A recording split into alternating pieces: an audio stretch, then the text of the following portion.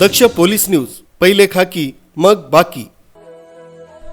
इगतपुरी शहरातील धम्मगिरी काननवाडी इथं मारुती मंदिर प्राण प्रतिष्ठा सोहळा मोठ्या भक्तिभावात आनंदात साजरा करण्यात आला। या प्रसंगी मारुती रायाची प्राण प्रतिष्ठा, पूजा अर्चना आदी धार्मिक विधी करून महाप्रसादाचं आयोजन करण्यात आलं। गावातील महिला भगिनींसह इगतपुरी नगर परिषदेचे सर्व नवनिर्वाचित नगराध्यक्ष, उपनगराध्यक्षासह नगरसेवक यांनी मारुती रायाचे दर्शन घेऊन महाप्रसादाचा लाभ घेतला। या प्रसंगी मारुती भक्त मल्हारी बिन्नर यांनी अधिक माहिती दिली।